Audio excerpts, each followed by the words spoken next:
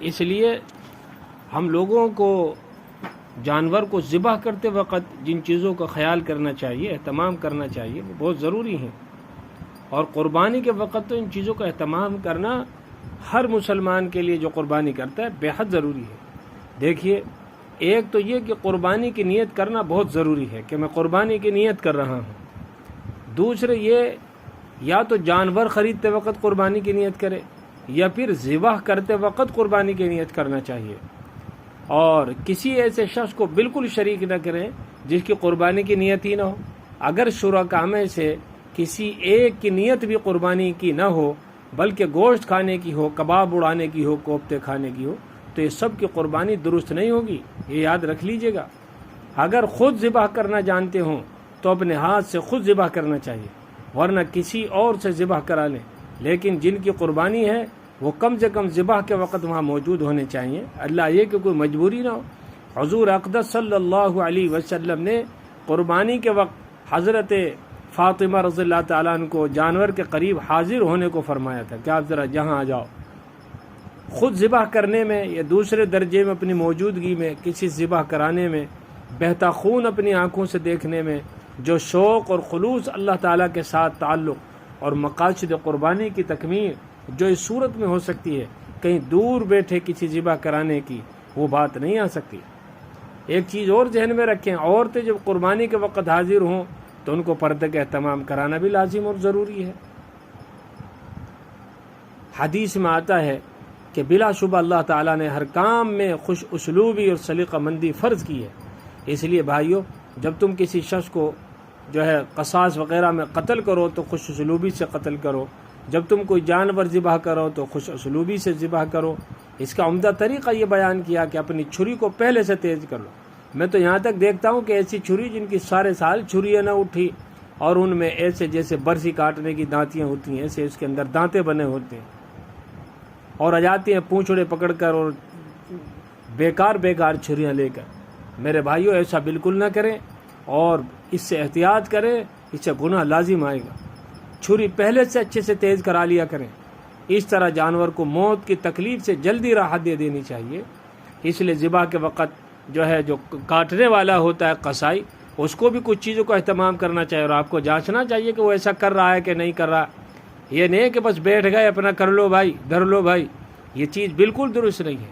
ایک جانور کو دوسرے جانور کے سامنے بالکل ذبح نہ کریں، ایسا کرنا ہماری شریعت میں مکروہ ہے۔ دوسرے جانور کو گرانے سے پہلے چھری کو بہت تیز کر لیں، گرانے کے بعد گرا دیا، جانور پھنکارے مار رہا ہے، پریشانی کے عالم میں، گرمی ہو رہی ہے، جانور کے سامنے چھری تیز نہیں کرنی چاہیے۔ کند چھری سے ذبح کرنا بھی مکروہ ہے۔ ایک شخص جانور کو گرا کر چھری تیز کرنے لگا اور بیٹھا ہے اپنا، پریشان ہے، 10 اس پر کنگروں کی طرح جھٹک رہے ہیں۔ یہ کوئی طریقہ ہے، سلیقہ ہے قربانی کا؟ سیکھتے نہیں ہیں۔ قربانی کو سیکھنا چاہیے۔ دیکھو، حضور صلی اللہ علیہ وسلم نے فرمایا کہ تم بکرے کو 1 سے زائد بار موت دینا چاہتے ہو، یہ فرمایا۔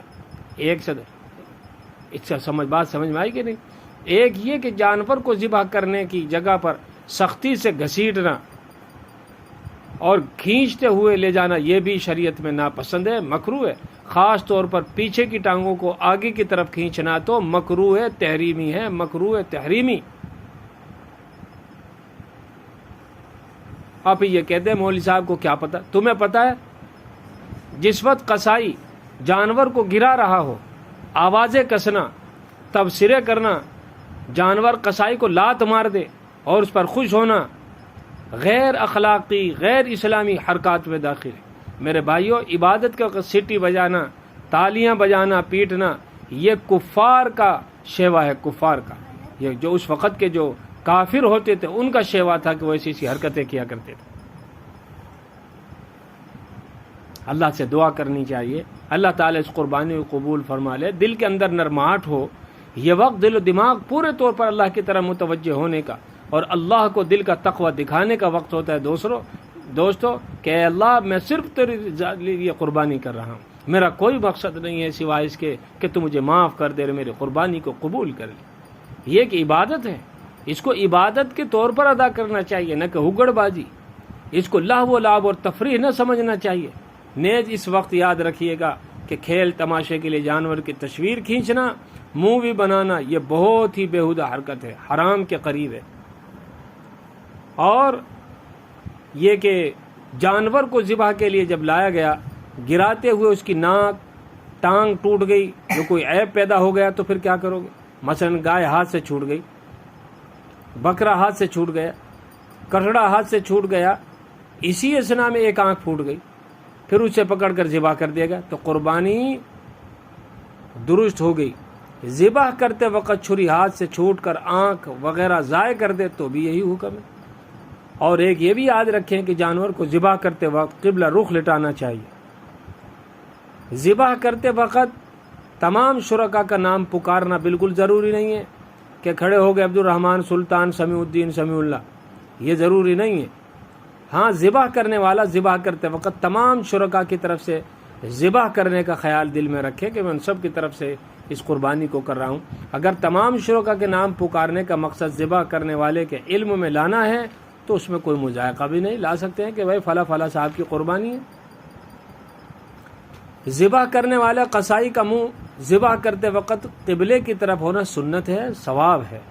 بلا عذر چھوڑنا جو ہے یہ مکروہ ہے۔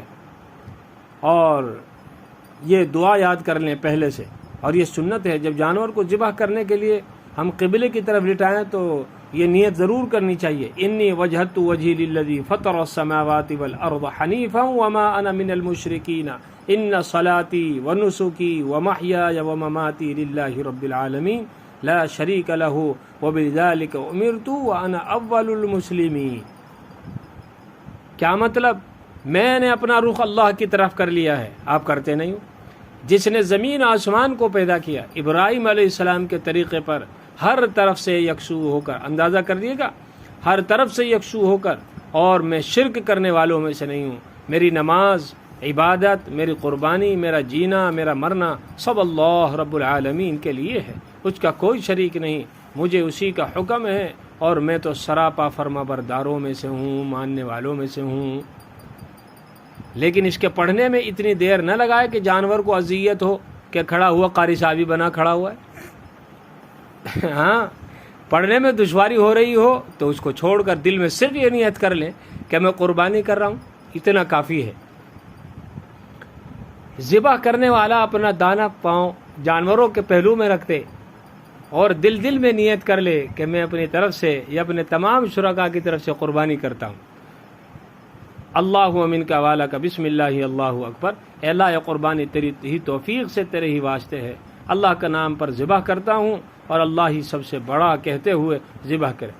فوراً تھوڑے نیچے ایک ہڈی باہر نکلی ہوتی ہے، اب یہاں کوئی فوٹو ہوتا تو میں آپ کو اس میں دکھاتا، اس کے نیچے جہاں سے سینہ شروع ہوتا ہے اس کے اوپر اور ان کے دونوں درمیان میں ایک طرح گلے کو کاٹیں، یہ 4 رگیں کٹ جائیں، ایک نرخرا جس سے جانور سانس لیتا ہے، اور نرخرے کے بعد جو چیز ہوتی ہے دوسرا وہ اس سے چپکی ہوئی وہ نالی جس سے وہ دانا پانی چباتا ہے، اور وہ موٹی شیرک جو دونوں دائیں بائیں ہوتی ہے ادھر ادھر۔ اگر اونٹ ہے تو نہر یعنی اس کے پاؤں باندھ کر کھڑا کر دیا جائے، اور سینے کے جو اوپر کا حصہ ہوتا ہے قریب گردن کے نیچے حصے میں نیزہ، یہ چھری لگا کر گردن کی رگوں کو کاٹا جاتا ہے۔ اگر اونٹ ہے تو نہر یعنی اس کے پاؤں باندھ کر کھڑا کر دیا جائے، اور اس کو اس طریقے سے ذبح کریں، وہ کرنے والے جانتے ہیں جو اس کے ماہرین ہیں۔ اور یہ کہ قربانی کرنے والا صرف بسم اللہ اللہ اکبر کہے تو یہ بھی کافی ہے، لیکن کہے بسم اللہ اللہ اکبر کہے تو یہ بھی کافی ہے اگر یہ سب چیزیں یاد نہیں ہیں۔ اور مذکورہ نیت کی جو دعا پڑھنا بھی ضروری نہیں کہ اس کو دل آپ کریں، صرف جو ہے دل سے ان کا ارادہ کر لینا کہ میں اللہ کے لیے قربانی کر رہا ہوں، یہ بھی قبول ہے۔ قربانی کی نیت سے جانور خریدا اور عین ذبح کے وقت قربانی کرنے والے کو جو ہے نیت میں یہ خیال نہ رہا تو بھی قربانی ہو جائے گی، اسی لیے کہتے ہیں کہ پہلے سے نیت کریں۔ اور تکبیر بسم اللہ اللہ اکبر کی جو وضاحت ہے وہ آپ نے سن لی۔ اگر 2 آدمیوں نے مل کر چھری پکڑ کر چلائی تو دونوں کے لیے بسم اللہ اللہ اکبر کہنا ضروری ہے، ورنہ جانور حرام ہو جائے گا، اس کا گوشت کھانا جائز نہیں ہوگا۔ البتہ ہاتھ پیر منہ پکڑنے والا محض معاون ہے، مددگار ہیں، اگر وہ چھری چلانے میں ہاتھ نہیں لگا رہے ہیں تو ان پر بسم اللہ اللہ اکبر پڑھنا ضروری نہیں ہے۔ اسی طرح تمام حصے داروں کے لیے بھی یہ پڑھنا ضروری نہیں ہے کہ وہ بھی تسبیح کو لے کر بیٹھ جائیں. بسم اللہ اللہ اکبر کہتے ہی فوراً ذبح کرنا ضروری ہے. یہ پڑھنے کے بعد ذبح کرنے سے پہلے کوئی اور کام بالکل نہ کریں. یہاں تک کہ اگر کسی نے بکرے کو لٹا کر بسم اللہ اللہ اکبر پڑھی اور پھر اس بکری کو زندہ چھوڑ کر دوسری بکری کو بسم اللہ سے ذبح کیا تو وہ حلال نہیں ہوگی، اس کا کھانا جائز نہیں ہوگا. اچھی طرح سے ذہن نشین کر لیں. کہاں یہ بعد میں پیچھے بیٹھے بیٹھے باتیں کرتے رہتے ہیں. اگر جانور کو ذبح کرتے وقت بسم اللہ اللہ اکبر کہنا بھول گیا اور جانور کو ذبح کر لیا تو اس جانور کا گوشت حلال ہے، کھانا جائز ہے. البتہ اگر جان بوجھ کر چھوڑ دیا جائے تو حرام ہو جائے گا. اگر 4 رگوں میں سے کوئی سی 3 رگیں کٹی تب بھی جانور حلال ہے. اس سے کم یعنی صرف 2 یا 1 ہی رگ کٹی تو جانور حرام ہو جائے گا. اس لیے میرے بھائیوں، بعض لوگوں کو شوق چڑھا ہوا ہے کہ ہم تو خود ہی کر لیں گے. تم کیا خود ہی کرو گے؟ تم اپنی نیکی اور قربانیوں کو جو ہے ذبح کرو گے اور کچھ بھی نہیں کرو گے. اسی طرح سختی سے جانور کو ذبح کرنا، سر الگ ہو جائے، چھری حرام مغز تک اتر جائے، مکروہ ہے. ہم جانور مکروہ نہیں ہوگا، وہ حلال رہے گا، اس کا گوشت کھانا درست ہے. اور ایک چیز یہ بھی کہتا چلوں، آئندہ انشاءاللہ آہستہ ہفتے اس کو تفصیل درج کیا جائے گا. اچھی طرح سے اس بات کو ذہن نشین کر لیں کہ قصائی سے پہلے ہی سے طے کر لیں کہ آپ کیا لوگے. کوئی بات نہیں، کوئی بات نہیں، اور ذبح ہو گئے تو پھر باتیں بتنگڑ ہیں پورے گاؤں کے اندر. وہ اس کو بدنام کرتا ہے، وہ اس کو بدنام کرتا ہے. شریعت توڑتے ہو پھر سر پھوڑتے ہو، ڈبل گناہ کرتے ہو. ایسا بالکل نہیں کریں، پہلے سے طے کر لیں. قصائیوں کو بھی چاہیے کہ وہ موقع سے تو اس قدر فائدہ نہ اٹھائیں کہ جو چاہا مانگ لیا. یہ تو اللہ تعالیٰ کا شکر ہے کہ اللہ تعالیٰ نے 3 دن قربانی کے عطا فرمائے.